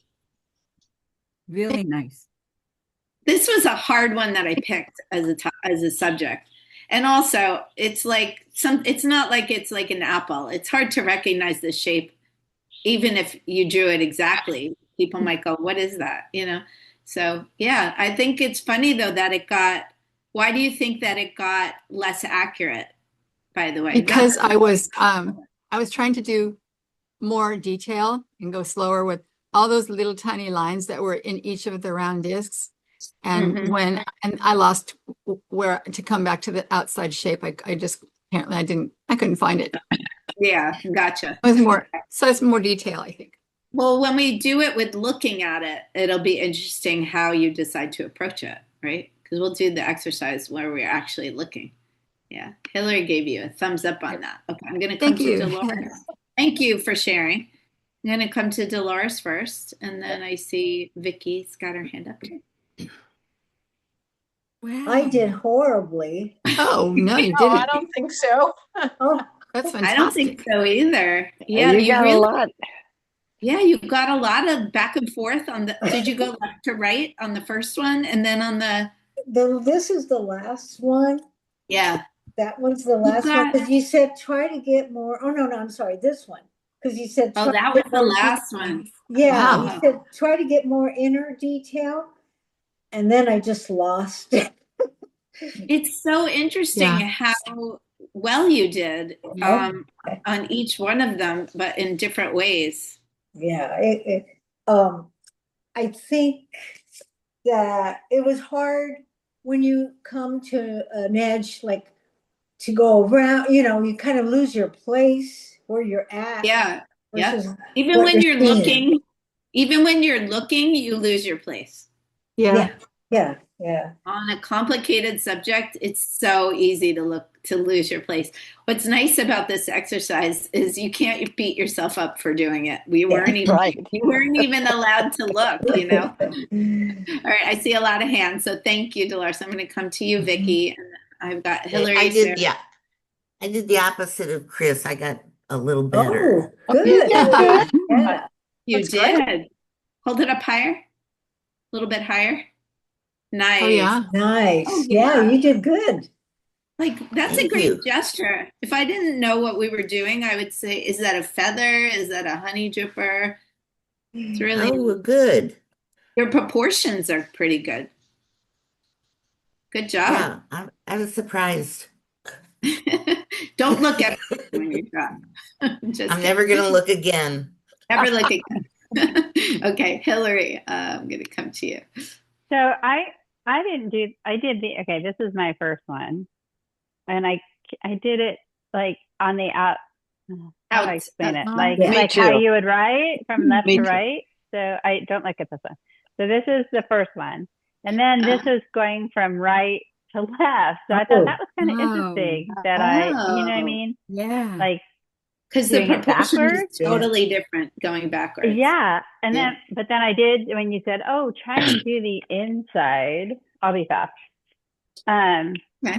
I think this was my first one too. But Wow. it was interesting to kind of try and find yourself. Yeah. Kinda, I know. like, kind of like those puzzles where you, like, you know, the 1, 2, 3, 4. It's that kind of thing where, like, how do I love get that back middle to where I one. want to go? The middle one is yeah, it so was fun. expressive. And then I don't know what I did this week. Thank you. So it was I fun. think- I enjoyed that. You're welcome. Yeah, I also think that Hillary, for you, it looks like you did way better when you did interior contours. So when we do the sighted drawing, you may want to approach your sighted drawing that way rather than doing, because a lot of us are taught to draw the outline and then draw the inside, but you did way better drawing both at the same time, using those interior, because what's happening is we're using the interior contours. We're using those to help us. And in doing so, we are paying attention to the shape and proportion within the inside of the object, not just the outside. Yeah. Okay. Good job. Yeah, that makes sense. That makes sense. Thank you. You're welcome. Okay, I'm just coming in order. So I got Sarah. Okay, so I did Nice. 1, 2, Sarah. and 3, and then I tried doing it this Well, way, these are really and good. my last one was this one. Wow. Wow. Good job, you Good guys. job. You guys all did really well. Oh, no, It's a fun not really. exercise. Yeah, you can lower your hands. Thank you, Jerry. I'm going to come to Jerry. you. Okay. Joyce Well, and let's Barbara. see. This was my first one. Wow. Then the second one, my hand cramped. The third one, my hand still cramped. So I have taken steroids. So then I went over here, and then I got tried again, and then on the last one was this one. I think I got, but I was trying not to get my hand to cramp, So anyway, that's So it. you're Thank with you. Hillary. You're never allowed to look at your paper again. Look at your drawings. They're all really good. Good job, Jerry. Okay, thank you. Joyce, I'm going to come to you. Thank you all for being so generous and sharing. Okay.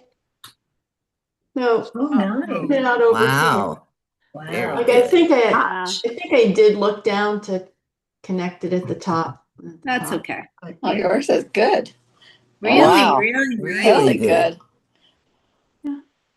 Oh, so good. You guys, this is also such a great exercise in drawing exactly what you see may not be as interesting as feeling what you see and drawing what you feel. Because I find that, like Joyce, your shapes, so interesting, so lovely. Thank you. And not just because of like exaggeration or anything like that, right? Just because you drew the feeling of dripping instead of drawing exactly from that photograph. All right, thank you. Okay, so Diane and Barbara. I got Diane first. I numbered them 1, 2, 3, which are my first, second, and third. Simplicity. Yeah, I couldn't handle any. Well, I'll show you what happened. So then I did 4 and 5, and I got. It was amazing. That's why you heard me say, "Oh my God!"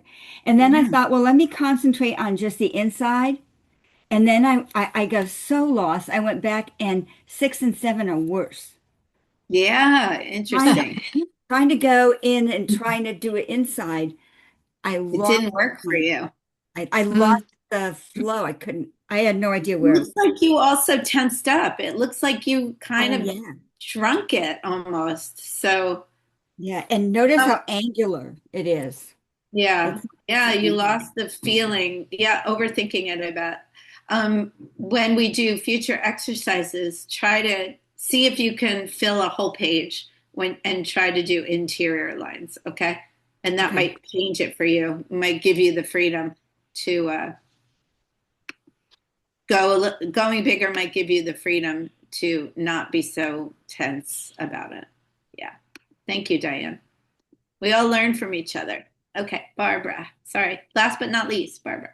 So I kept trying to remember that I'm a little ant, but I wasn't a slow ant. I would think I was a fast ant.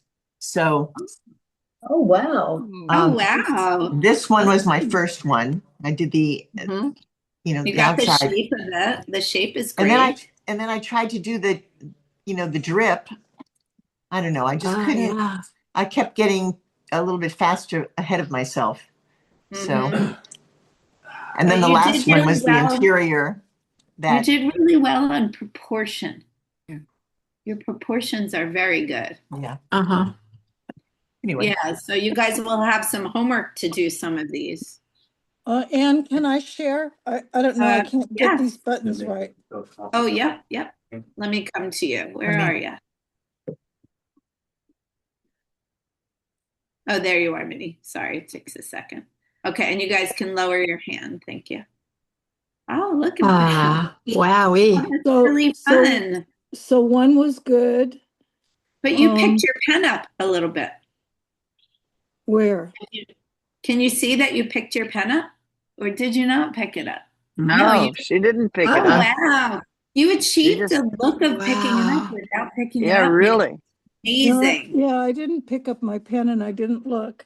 That's so And then- good.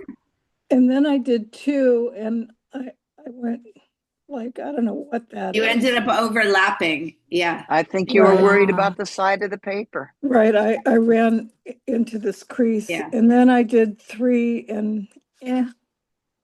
They're But all in really between- good. But in between, I was a rebel and I drew you. Thank you. That's a nice contour drawing. Yeah, well, that I was think I looking look at, good. looking and not looking. Thank you. Yeah, that's fun. Yeah, well, there will be some exercises in that. That's for sure. Not drawing me necessarily, but we will be. We will be drawing people. All right, so let's do another one, you guys. We've got a few more minutes. Okay. All right. Oops, let's go back here. Okay. So, no, sorry, here we are. All right. So here's one with a lot going on the interior and not a lot going on the exterior. If you choose not to draw the background. So let's maybe, unless you feel really bold, let's focus on the tree itself, the tree and the branch. And if you want, you could do that foliage at the bottom, but I'd ignore the background. Okay. So this is going to be another blind contour. Another blind one. We're going to be doing sighted contours next week and other things. Okay. So here's one where maybe you can be a little bit more expressive without worrying so much about the shape, because a tree is a tree is a tree, right? Does that make sense? Do So we remember, use we're going to a yeah, pen we're or gonna- a pencil? pen. I mean, you can use a pencil if you want, but then you may be worrying about varying the weight of the line and so forth. If you use the pen, you're only worrying about one thing. So if you want the added challenge, go for it. But remember, you're going to find a place to start. And I'm going to challenge you guys who feel like an extra challenge is don't start at the top. Start at the bottom or in the inside. Yeah, just an extra challenge. You don't have to take it. Okay, and we'll have a couple minutes. Again, I'm not timing anyone, so if you finish and you want to start another, but start another on a new page. Give yourself more room to play, okay? And try to fill up the page. So if you drew small before, try to draw a little bit bigger, okay? And I want you to really try to feel that interior bark, as much or as little of it as you want to describe. But really have fun with it. Anne, is it okay to lift your pen up? We really try not to lift. Okay. Unless you get lost. If you get lost, then by all means, it almost like there's no point to the exercise when you're that lost. You feel yourself go off the paper like mine. That's always funny too.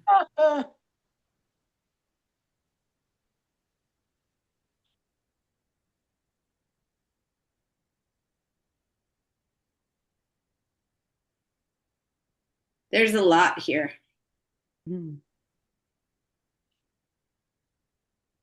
There's some parts where there's shadows. One way to achieve those shadows without shading is to go over your own lines, like scribbling over them almost.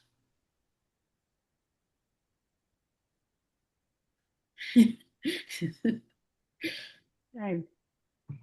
That was really fun, I have to say.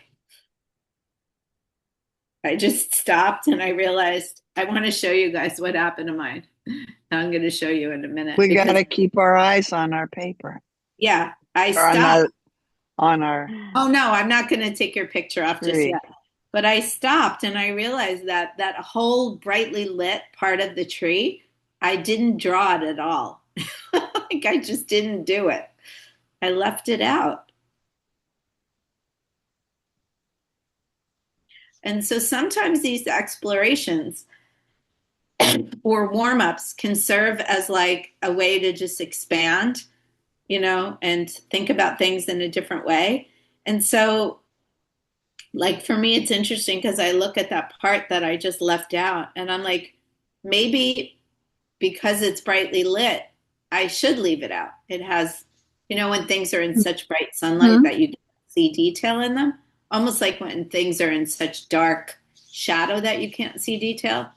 So like, that's one way of interpreting things is just when it's in the bright light, don't put any detail there. Or when there's a lot of shadow, don't put any detail there.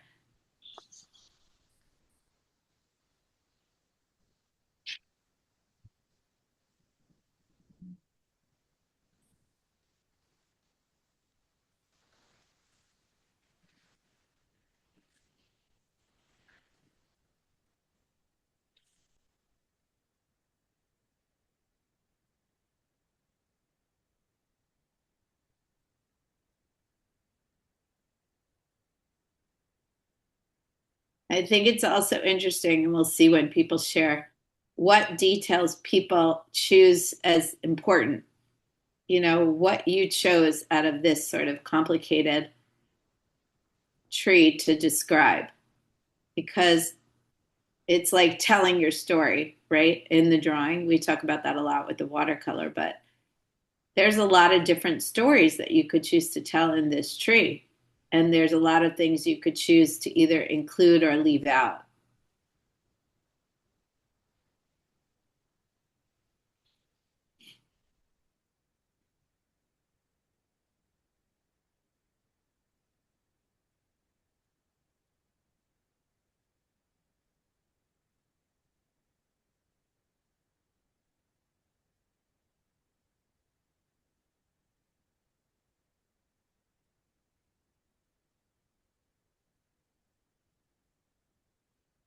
This is a fun one, isn't it? Yeah. Very intricate.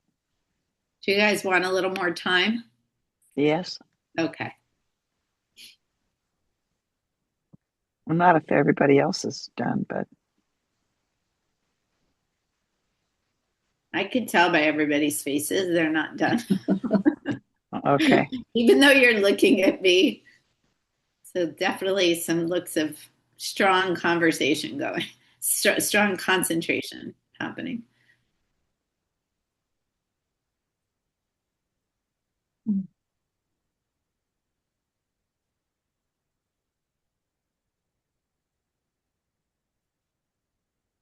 Oh.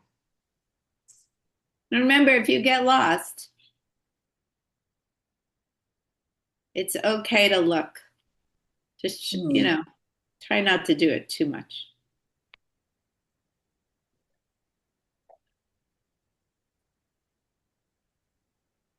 Yeah.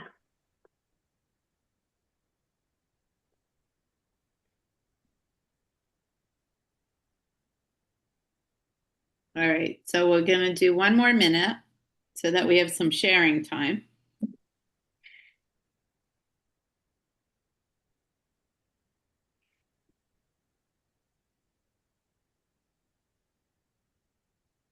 So you could probably draw this all day long, right?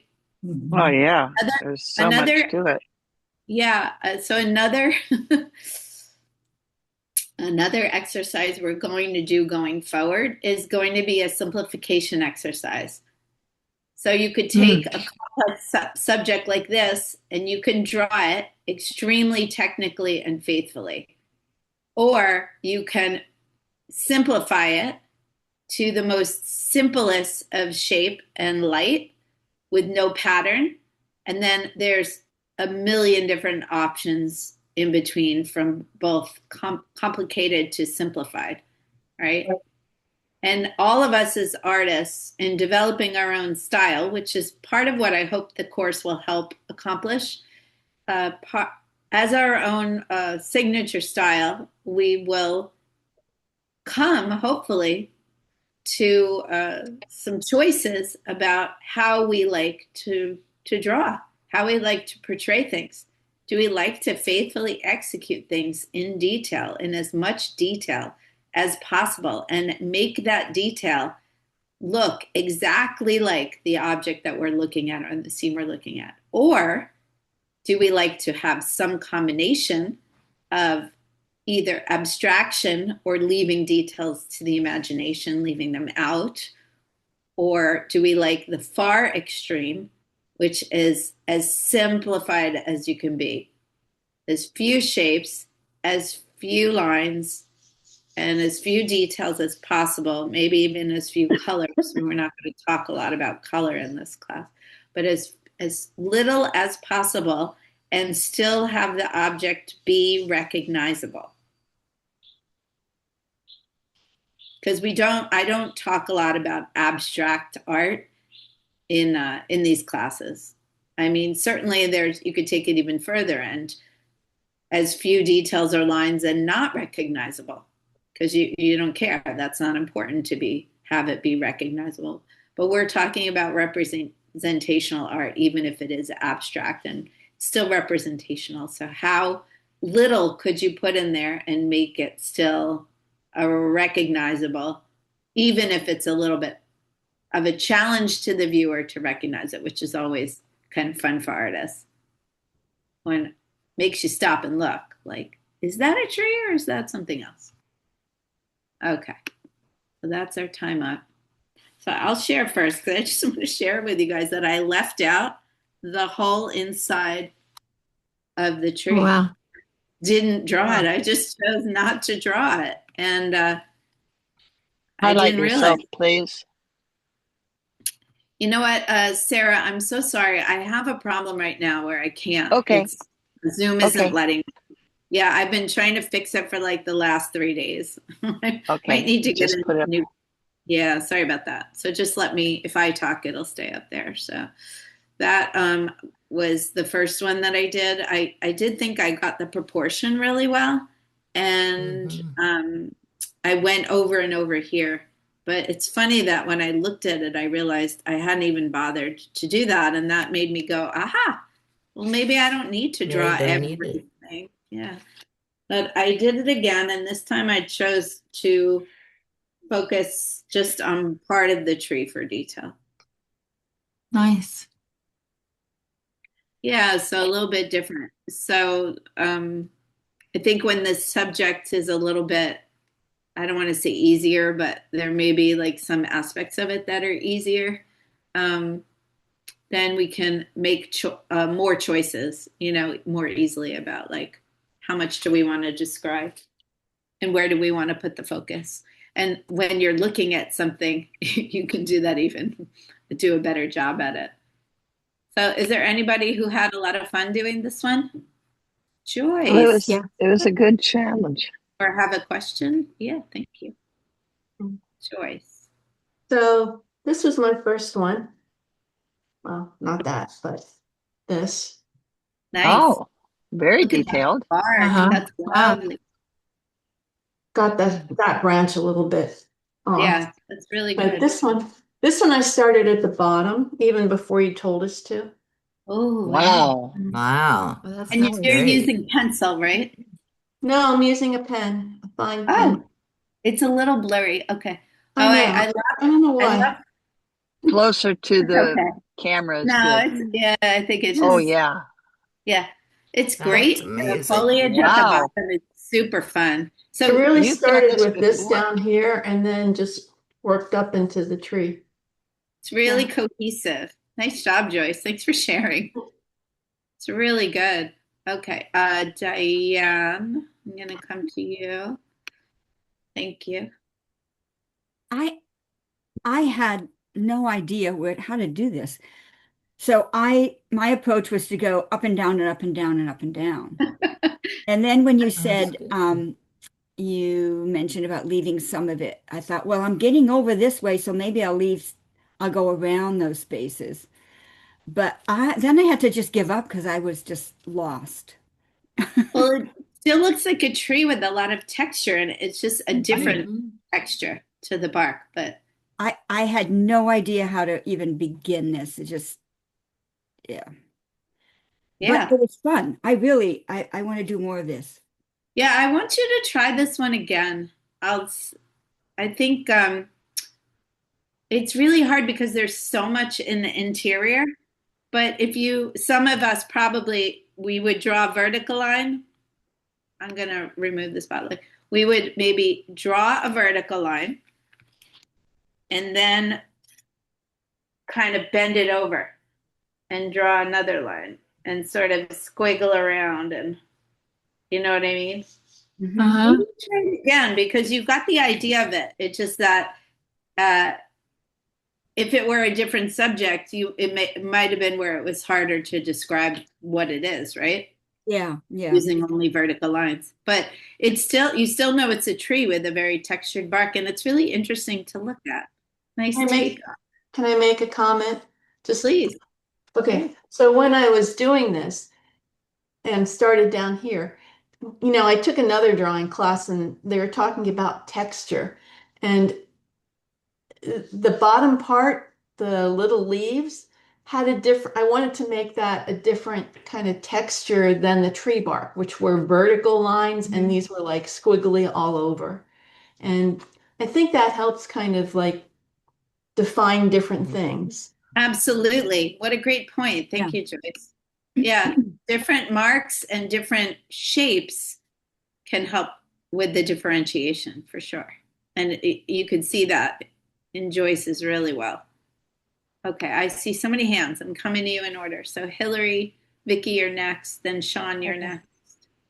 All right, so I started before you said start from the bottom. So this is my first one where I squiggled like all the way across, and in between my pen started to run out of ink. This is from the bottom up. So it was interesting that I knew, you know what I mean, like where the top to the bottom, but then when I started at the bottom, you knew where to stop. Yeah.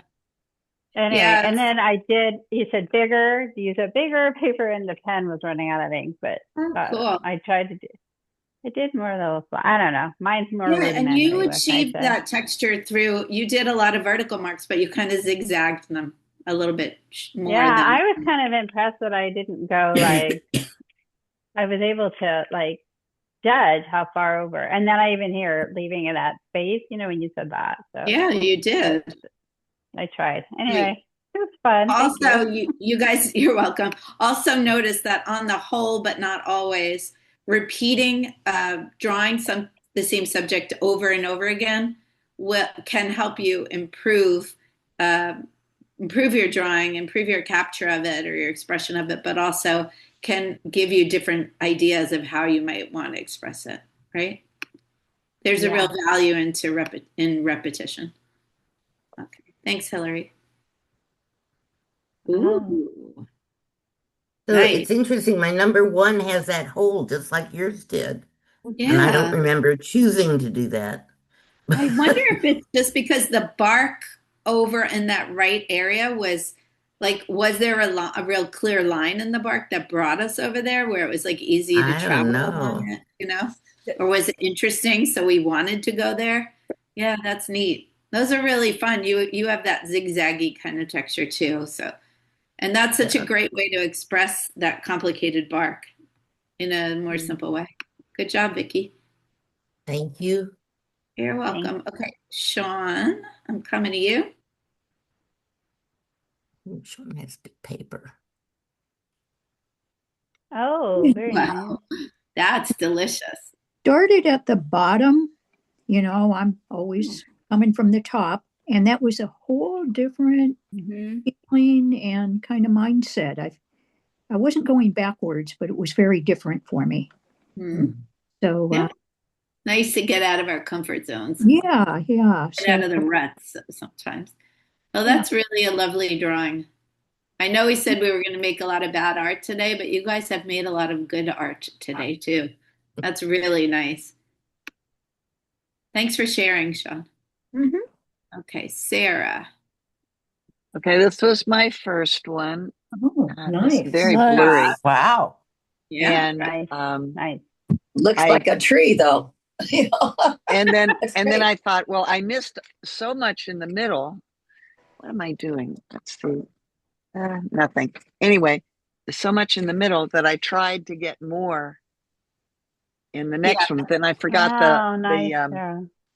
the that branch. the branch. Yes. Yeah. But anyway, it's fun. That's good, Sarah. Fun to Yeah, try. thank you. Really good. Okay, Barbara and then Dolores, and then I'll talk about your homework. So I think it looks like SpongeBob SquarePants. Anyway, It does. I started at the top, and I guess I got a little confused. But and then I did this one, and I started with the branch. Ooh. Wow, yeah. Neither one of them did too well, but Nice. Yeah. I don't know. I They're love very it. expressive. Were you going quickly? Your lines look very smooth. Were you going fast? You know what? Yes, I was going fast. I'm not sure why. I tried to slow down with the first one. It's not working though. I have to work on that. No, yeah, I think for some of us we do. Maybe I have a tendency, I know, to rush, and that image of let your eye be an ant, and that ant is connected to your pencil, and you're crawling along the edges. If you ants move slowly, we don't generally think of them going super fast, right? So that helps me slow down. So try it next time, going more slowly. See if it makes a difference. I could kind of tell that you're going quicker because your line is so smooth. I would not be able to achieve that smooth line, that's for sure. All right. Thank you for sharing that with us. Sure. Then we got Dolores.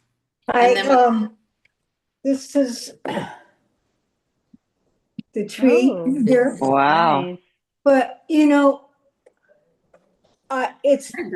was too hard to visualize the lines in the tree, so you end up just going That's what I with do. the pencil. And I want to know if that's okay to do. Oh yeah, it's okay. You're just finding a way to express what you're seeing, rather than Following try to lines all on the those tree. lines faithfully. I think that by giving you guys that complicated pattern, my goal was like, I think all of us are going to look at that and go, that would take 2 hours. Whether you were thinking this consciously or unconsciously, that there's no way I can get that done. We probably have the same amount of time as last time. How can I shorthand that? Because I didn't see anyone who just drew this much very detailed. Almost all of you immediately went to some kind of visual shorthand. And that's great because quite often when we're drawing, we don't have that long to capture, everything super faithfully. So we shorthand it, and that shorthand can become part of your visual expression. It becomes part of your language as an artist. Okay. So all of these exercises are designed to accomplish, multiple things. So thank you for sharing that. Yeah, Dolores, thank you. You guys all did really great. Some of you guys didn't share. I want to share, to share. Anne. I don't know why I'm not showing up. I don't know. Okay, let's do that. Do you know how to use your virtual hands? Maybe I'll show you how to do that offline. Those are wonderful. Wow. Yeah. Very nice, Minnie. This is my first one, and Nice. this is starting from the bottom going up. Wow. You got the proportion really nice. better on the second one. Were you thinking consciously about that or no? I was just following the lines of the tree, so. Yeah. Okay, I good wasn't job on trying both of to. them. They're both really Mhm. lovely, interesting drawings. Good job. Thank you. I like how you signed the bottom of it. If you go back and look at that, you'll be able to see when you did it again, and also you can look back on things sometimes and go like, "Wow, look what I Yeah. did." Ginny. Should be interesting. Yeah, Ginny. Oh, Ginny, you're on mute. Could you unmute yourself?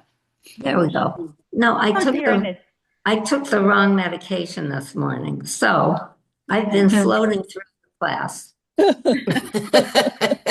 Oh, This was number 1, and this was number 2. Very Oh, nice, wow. Jenny. Nice. Oh boy. And I feel really happy. I'm glad.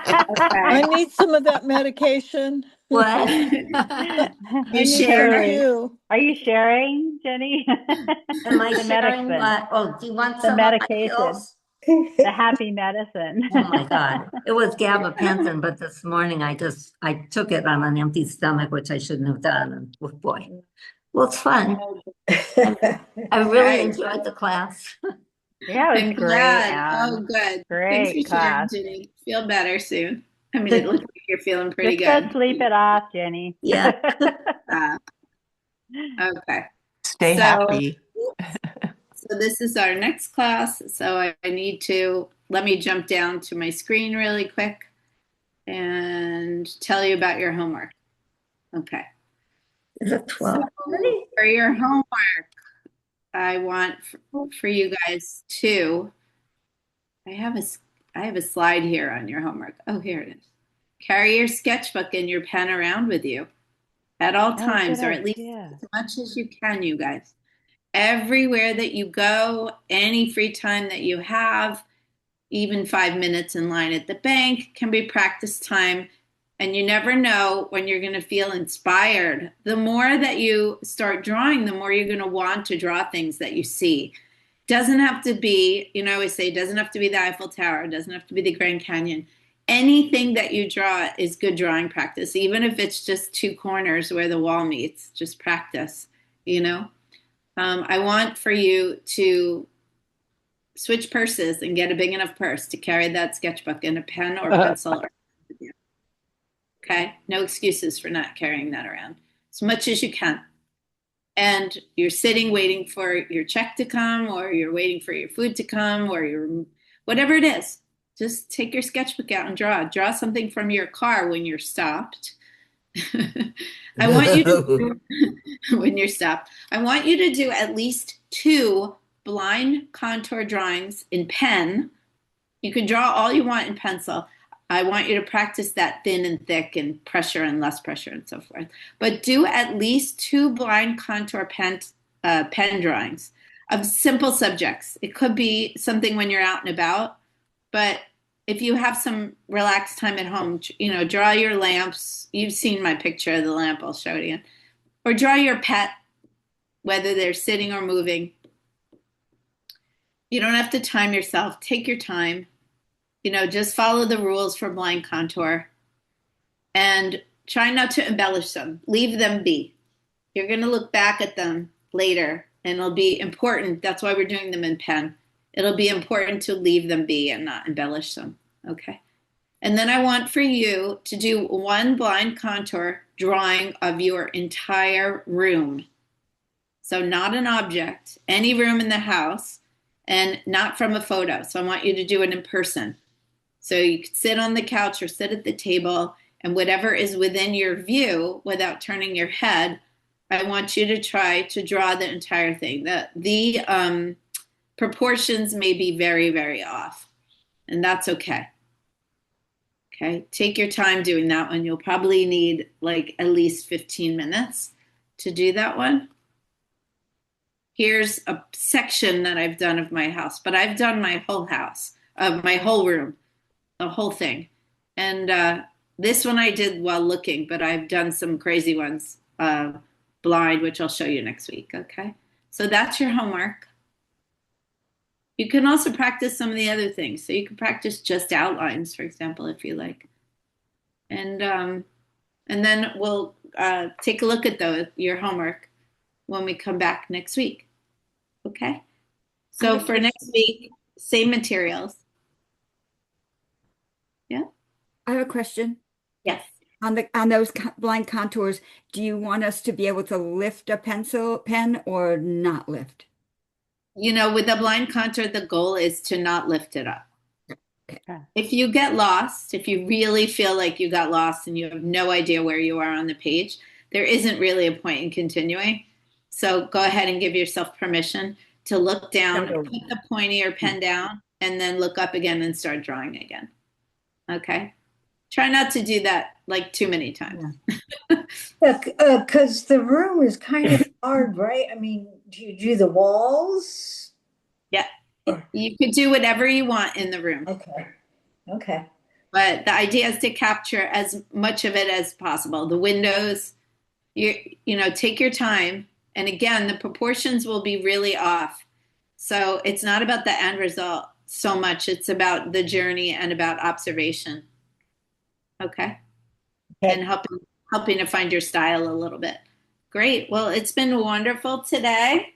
I am amazed at what good artists you guys are already. So I think that the learning curves here are going to be really steep, and I'm very excited. This recording will be posted up to YouTube as soon as I can, and then so I'll send out an email before the night is over, and it'll be up there. So if you want to go back to the reference photos or you want to rewatch anything, or if you had to leave early and you're watching this now on video, you know why we did it. So it'll be up there for everyone. And I'll also put a couple of links. I'm not going to give you all the artists and overwhelm you at first, but I'll put a couple of links to my favorite drawing artists in there. So if you feel like going and getting inspiration from some other artists, then those will be in the email as well. And then throughout the week, if you'd like to share with me what you've done, please do so. Send me an email, send me a text, and if you want feedback, you're welcome to it. I just like seeing what we've done throughout the week. And if you have any questions, of course, please send those. Okay. All right. Thank you. Thank you. Thank you. Thank you, Bye. Anne. Bye. Thanks, Sam. Thank Bye, you. everybody. Can't Thank wait you, to Bye, everyone. everybody. Bye, Bye. everyone. Good job today. Thank you. Thanks, Anne. Were you done? We're all like, bye. Thanks, Anne.